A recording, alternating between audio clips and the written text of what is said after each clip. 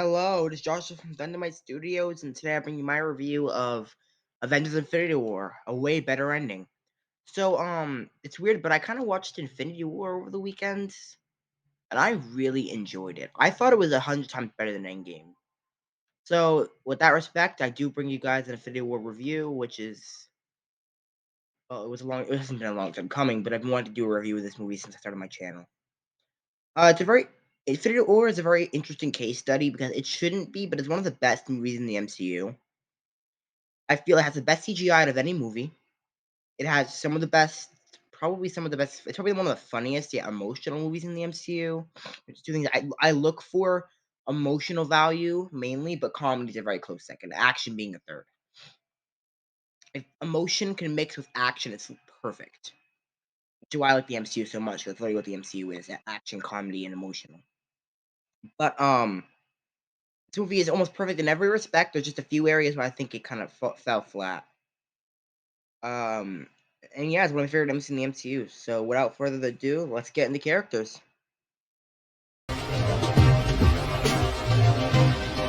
Alright, let's speed around all the characters right now. Doctor Strange, Iron Man, Spider-Man, Drax, Gamora, Star-Lord, Rocket, Groot, Thor, Captain America, Black Panther, the Sister, Highway, something like that. We're at 13 right now. Thanos. I can't believe I forgot Thanos, the character.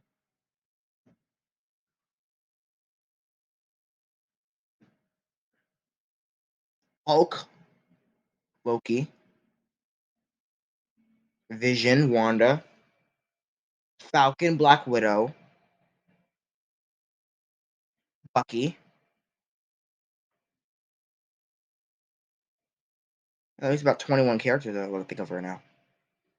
Mantis, 22. Dang, 20. And what's her name? For the blue girl. 23 characters in this movie. The ones that matter the most, though, are Tony Stark. I'm not really going to talk about his journey in the MCU. I would love to do that eventually, but not now. His journey in this movie is we see him at the beginning of the movie at the Sanctum Sanctorum, Sanctum Sanctorum, where he deals with the fact that Thanos is the one who invaded New York, and this is finally what he's been leading up to since Avengers and his PTSD and Iron Man 3, his visions in Infinity War. I mean, in what is it called? Age of Ultron, and yeah, that's what he's been dealing with this entire time, and the time has finally come. Gamora, I think, gets the most development in this movie. Some of the most development in this movie. We learn that she has a soft spot for her family in terms of Thanos. We learn that she also knows where the Soul Stone is, and she hates everything about Thanos, yet can't stop loving him as her father. Yeah, talking about Thanos though, Josh Brolin as Thanos does such a good job at portraying the character's calm, severe attitude, and Thanos at the end of it, Thanos thinks he's right. He sees nothing wrong with what he does, and he thinks it's correct. He sees no problem with it, and it's the way of life, balance. And even if Thanos is, has good intention, he's still kind of sadistic in a way. To see when he fights Iron Man, he says him and Iron Man are alike, right? And at the end, I think they are alike in certain ways. They'll do anything to protect people around them. But Thanos is more sadistic, and Tony is more noble. Like they both have good intentions, but they both like Tony making Ultron. That's kind of like what Thanos would do, in my opinion. And yeah, they're like two sides of the same coin. I think that's what the movie played into. Another movie did a really good job playing into that. Thor is also really interesting. I watched this movie in theaters. This is only the third time I've seen it since it came out in theaters. By the way, I saw it once when it came out in theaters. Again, no, four times. One again right before Endgame came out. I rented it. One more time on I think a plane ride to Brazil like last year. I was super bored, so I downloaded it off Disney Plus and watched it. And one more time, again, really funny now. Although I watched Endgame, I last playing Flight to Miami, which is really funny. So I love Endgame too. But every time I watch it, it surprises me with its characters. Uh, Thor. I never noticed what happened to Thor though. Like I never noticed Thor's depression in this movie and how it evolves his character. I never realized that. I always thought that Endgame was kind of drastic, but I never realized. Oh my god! Every movie Thor has sets up his depression. In the first movie, he loses his brother. In the second movie, he loses his mother. In the third movie, he loses his entire home. In Infinity War, he has nothing left to lose. While Thanos kills the last of his friends. Thor at the end of this movie, Thor is all alone. He only has Valkyrie at this point, and he'll have Jane along with Mr. Rock. So yeah, I'm gonna be making I know it's kind of weird to kind of plug this in real quick, but I will be making a Thor journey video, which will go over. It'll be probably the Thor review that's gonna come out. I think it's 2 weeks from now before Thor: Love and Thunder comes out. But I'll be reviewing all the Thor movies when that comes out before that comes out. So stay tuned. But I liked his journey in this movie, crafting his new hammer. It doesn't evolve his character; it actually devolves his character and makes his character go into a depression of rage. And it's his. At the end of the day, it's kind of his fault that Thanos was able to snap his fingers. Peter Quill mainly, but also Thor. I think this also kind of plays into like just the MCU in general. But those are really the what are they? I want to detail kind of like detail. I think I'm done with the characters. So without further ado, let's get into characters. Wait, no. Without further ado, I'm just joking. Without further ado, let's get into action. The action in this movie is honestly something else. So we're gonna go through each action scene individually and kind of explain it. The first action scene is an action scene like between Thor, Thanos, and the Hulk. This is what probably one of the funnest action scenes in the movie. It's not meant to do anything serious. It's just meant to establish the threat of Thanos. And to a degree, it actually does this perfectly. I feel like Is- throughout the MCU, you see almost no one can beat the Hulk. It took Tony Stark an entire armor just to go head to head with the Hulk. Now I seen this random guy come in with just armor, doesn't even use the sword he has. And you can tell he has the stones, he doesn't use the stones, he still beats the Hulk. Hand to hand combat. This is kinda like the joke with Loki being like we have a Hulk. It's a nice callback. He probably wanted to do that his entire life. And that ends with Loki dying. I'm really surprised they killed him off, although it had to happen eventually. And that sets up the rest of the movie and his vengeance. So once that happens, the next fight scene is I call it the Battle of New York, although it really isn't the Battle of New York. Battle of the Sanctorum, maybe? No, something like that. And it begins with kind of like them invading Earth. Tony, Doctor Strange have to stop them, and they're struggling to stop them because, well, come on. Like, and then Spider-Man comes in. So after fighting for a little bit, they fight on the street, exchanging blows, which is okay. And after exchanging blows, they basically they somehow get to the park, and Spider-Man comes in and helps fight, leading to the best duo fight in the MCU. There aren't many duo fights, but this is one of the best duo fights. The only other duo fight I can think of in the MCU,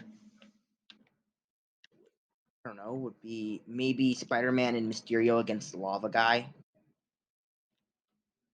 What's another duo fight? Oh, Iron Man and War Machine and Iron Man 2. But after that, they go up to the ship and they fight a little bit on the ship. Really cool reference to aliens in there. And then that leads all the way, and then a little bit later, you see Wanda and Vision get attacked, and then they all fight for a little bit, and then like Vision ends up getting injured, and Captain America comes in one of the best entrances I've ever seen in movies, period, and kicks their butt, right?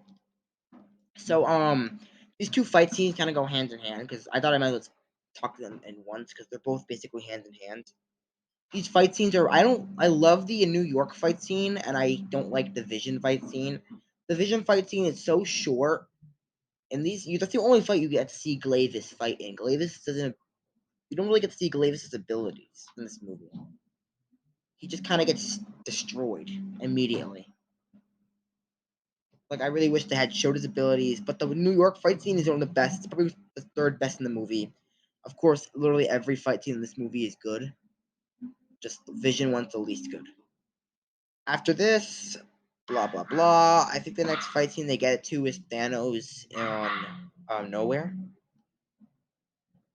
and like this just basically just shows the Guardians going in and kind of like having a little fight with Thanos. I like this fight honestly, although it's really short. It's meant again for narrative purposes. It sets up the fact that Thanos. We thought Thanos got the Infinity Gauntlet. Now we're seeing him with the Infinity Gauntlet. Literally, no one can touch Thanos.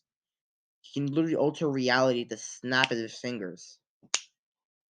And that's crazy. It shows the power of the Infinity Stones. And the Avengers never beat Thanos with the Infinity Stones. They beat Thanos without the Infinity Stones. And like show him just turn the blood into bubbles. It also serves a narrative purpose. But we're talking about that in plot. But basically, after that we get to I'm gonna say the Titan fight comes first. They're both the Titan fight and fight for Wakanda come at the same time. But we'll just say the Titan fight goes first. This is by far the best fight in the whole movie.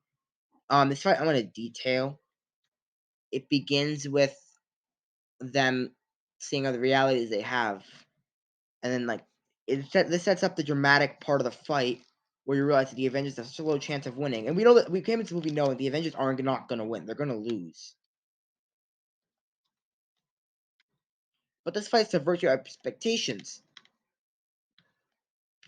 because you think, okay, the Avengers are going to win this fight, but in the last moment they're going to lose it.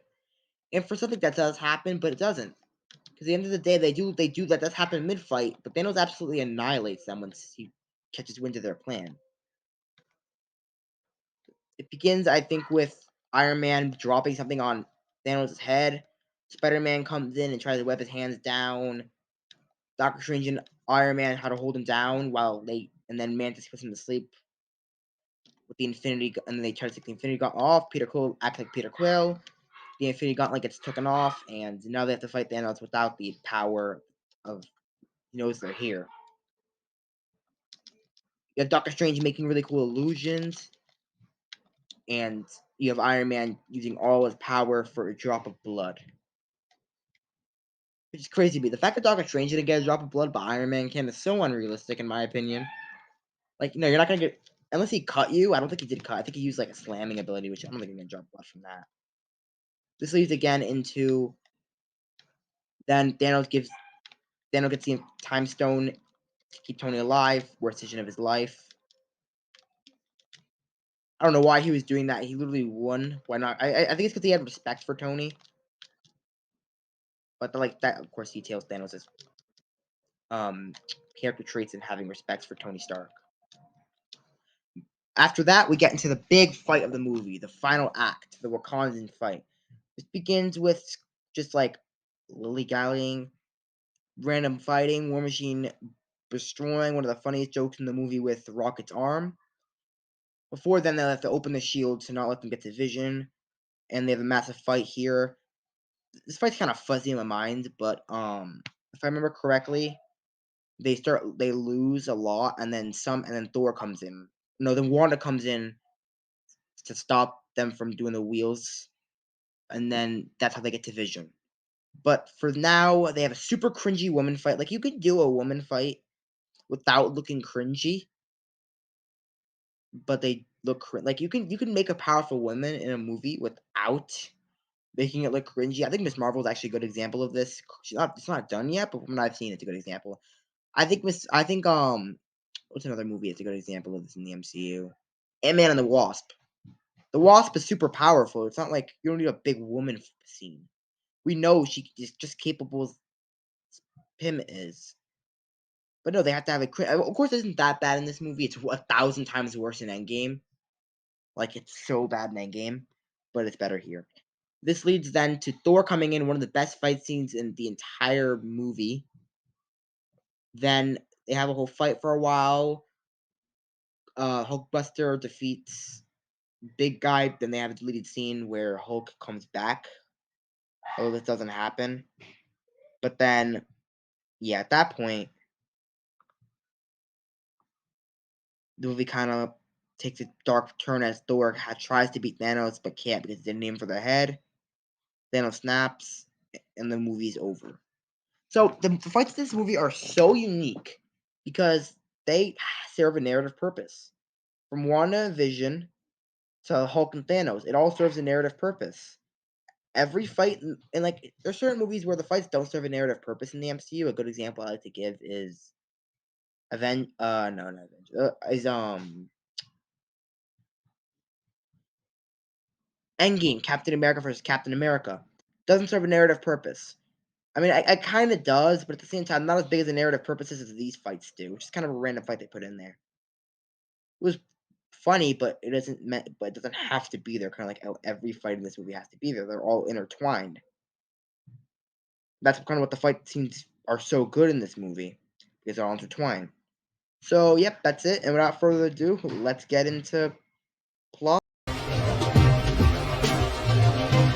This this movie begins with Thor's ship being destroyed, while Thanos is looking for the Infinity Stone that Loki grabbed. Then the Hulk comes in and fights with Thanos, but Thanos can easily overpower the Hulk. This leads to the ship being blown up, Loki dying, and Hulk getting transported to Earth. The Hulk Banner is transported to Earth, and the Avengers find out that Thanos is coming. Just then, Earth is invaded, and they fight Big Head and Big Guy. They fight on the streets, through the park, and in the sky. But then Spider-Man, then Doctor Strange's cape flies in, trying to find Doctor Strange, who has the Infinity Stone, is being taken. Spider-Man swings, but can't stop him from getting up into space, and Iron Man realizes that Spider-Man is going to die from lack of oxygen, so sends out the Iron Spider suit, which catches Peter. Tells Peter to go home, but Peter is able to sneak on, along with Tony, able to sneak on from different points.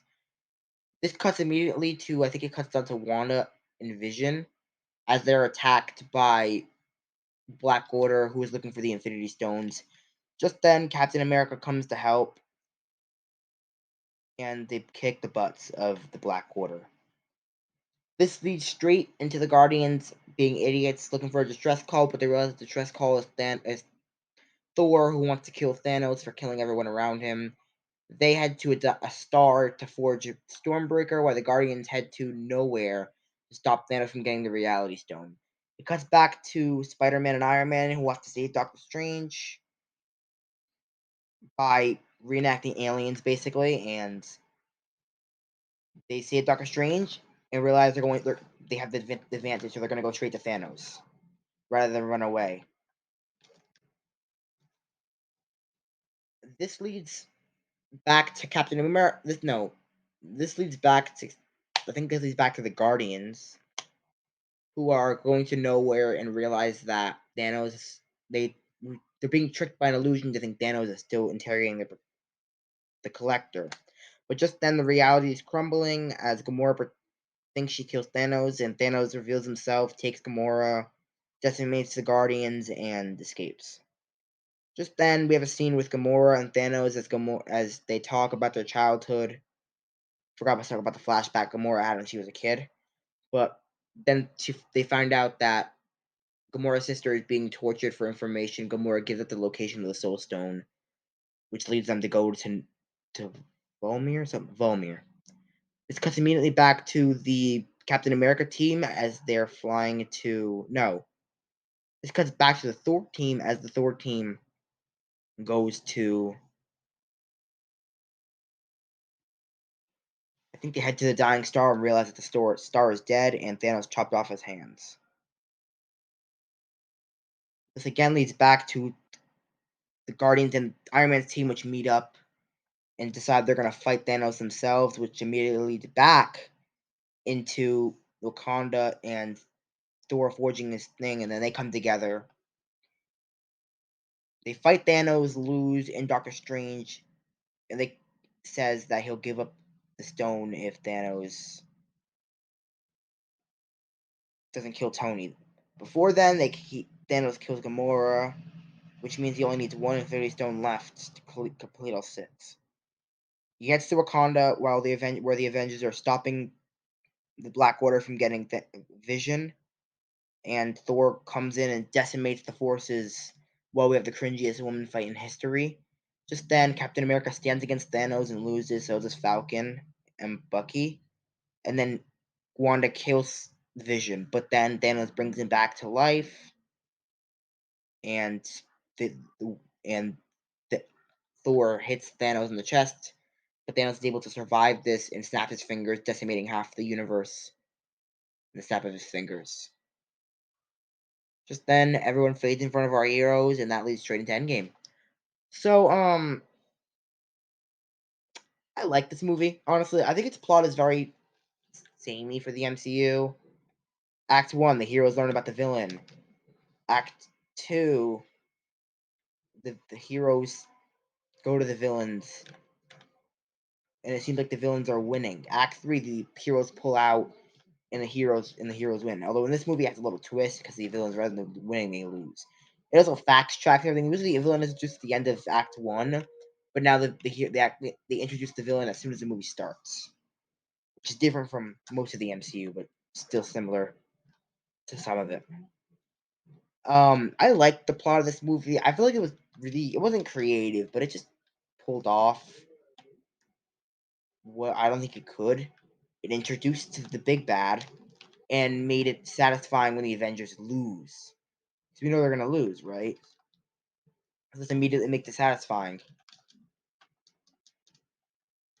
I feel that like this movie was pulled off so well. And I could talk about it for hours, but this part is kind of dragging on. So now we're gonna move on to verdict.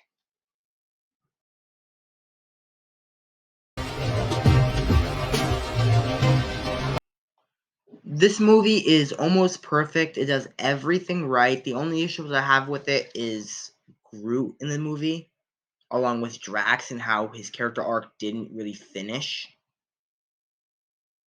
But beside that, it's an amazing movie, and I've been gushing over it for 22 and a half minutes. So my final verdict, 8.5 out of 10. Very decent movie with, honestly, in my opinion, very few issues. And 1,000 times better than the game. You could say it's the better ending. So, thank you for watching the video. Please stay tuned. Next Wednesday is my Obi-Wan Kenobi video, where it'll be very differently structured. I'll be doing each episode individually because I want the video come out that day, and since I have school that day, I'm gonna record the first parts of the video probably Monday, and then record the last part Wednesday morning, and with the video together so it can come out at 3. If you enjoyed this video, please like and subscribe, and I'll see you and stay electric.